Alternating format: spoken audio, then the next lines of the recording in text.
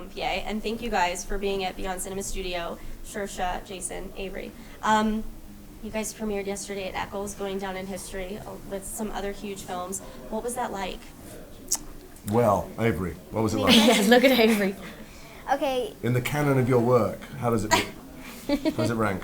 I mean, it was my first Sundance, and it was super fun. I really like going up on stage for the question and answer after, and the movie was mind-blowing. I mean, I loved it so much. Is this the first time that you guys saw it? It was my first time.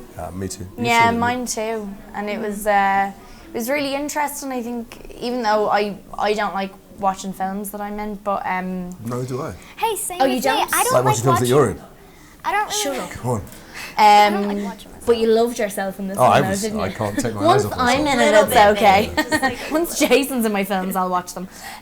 No, but it was interesting just to see it with an audience. I didn't expect for there to be so many laughs, because Yeah. so much of Yeah. it is Well, about... it's a release of tension, though. It's a very intense but, film. but there are parts of it, though, that are quite humorous, I think. I think that, no, honestly, the It's way she secular. times it, True. some of the dialogue, the way she times it, it's quite funny. True, but like, you're laughing out of awkwardness. And Yeah. you're laughing because it's so Yeah. awkward, Releasing so difficult. tension, you're right. Yeah. Yeah, totally. it's a heartbreaking situation from the off, because this girl has been brought up by a man who isn't her biological father.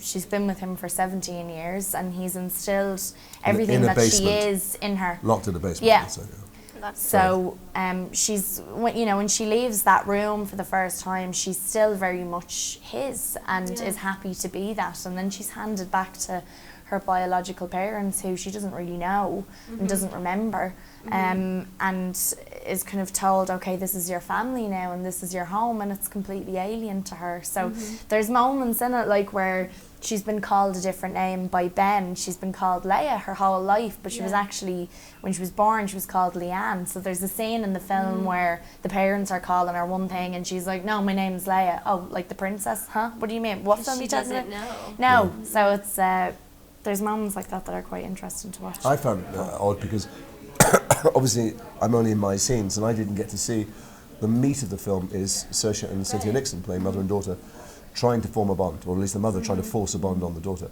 And although I'd read it and I knew what the story was, I wasn't there for any of it. So sometimes when you see a film and you can't help but feel that the film is the bits that you've done, and of course the film isn't. And it was kind of magical to watch it unfold and see how the pieces came together. Well, I'm curious, touching upon the fact that your character knows nothing about Star Wars or the modern world because she's lived in a basement. Yeah. So how did you build that backstory? Because, we start off at point B, and we flash back to point A. Yeah. So for you as an actress, how did you craft that whole world and get in that mental state for something? Well, we were talking about this earlier. I think a huge part of what we do as actors, depending on how you work, it's almost like you're going back into, stepping back into a child's mind, where there's no inhibitions and everything's fresh and everything's new and everything's a little bit alien and fascinating and wonderful and scary to you.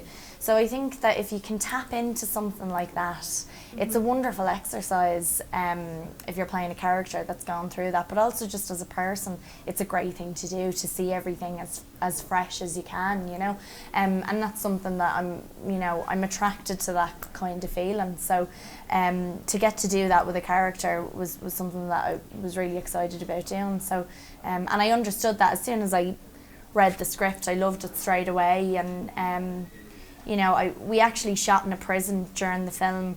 And it was funny, even though this sounds really stupid, I didn't realise how awful prisons were until I was actually in a cell. But also, when you're in a room where there's no natural sunlight and there's just one colour and there's nothing around you and nothing to kind of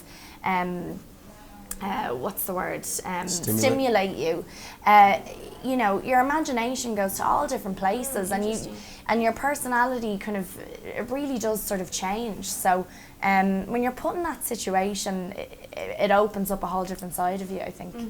Now for you, this character is, some might call him crazy, but for you can't judge him in that way, right? Well, you can never judge anybody you play, No. but he grabs a young girl and he keeps her in the basement for almost 20 years.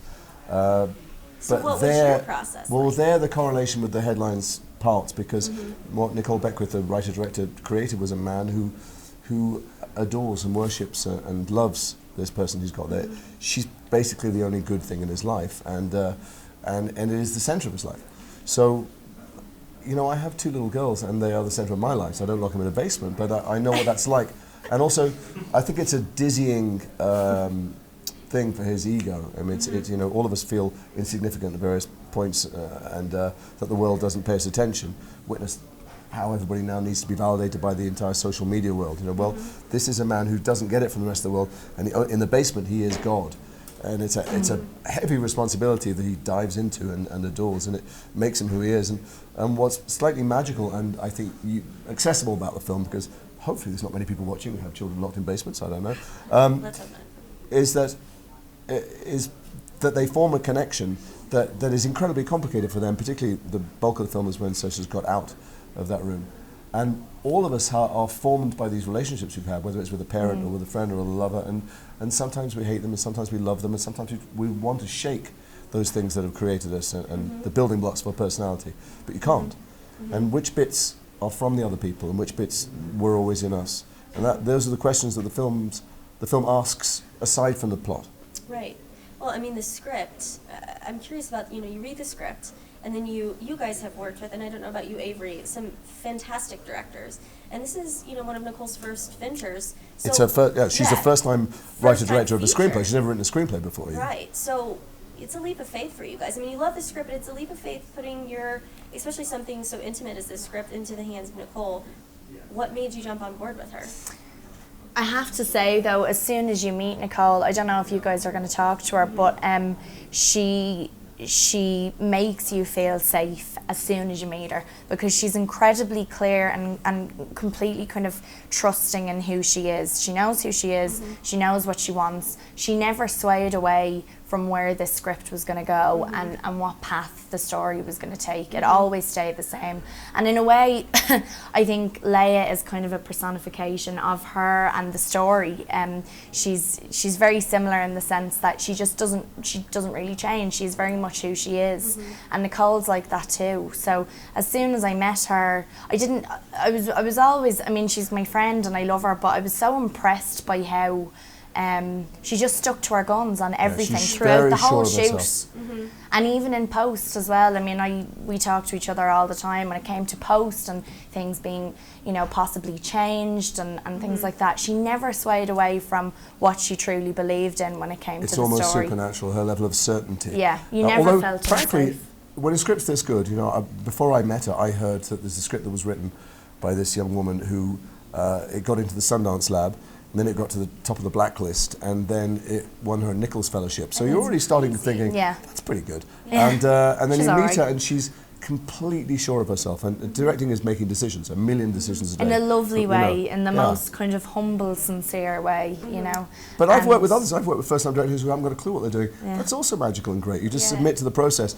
Sometimes. Well, sometimes it's great, sometimes it's terrible, but you know, you're in for the adventure, and you see what it is. And so this one turned out to be someone who she directed like John Huston at the end of his career. I mean, she knew what she wanted from every frame, every moment, every performance. I mean, every moment, you know, every line. Really, she knew what she wanted, and that's great too. And if it had been the opposite, that would have been fine. You work it out. And what about for you, Avery? Well, I agree with these two. She's like so true to herself, and she doesn't change who she is. And she wrote an amazing script. My mom read it, and then she explained it to me, and I really wanted to do it. Yeah. So we filmed it, and she was so sweet to me. I cried when I had to leave. I missed her. And then we actually met up for dinner after that, but it was so fun. Well, thank you guys so much. The film's fantastic. Congratulations. Thank you. Thank you. Y'all have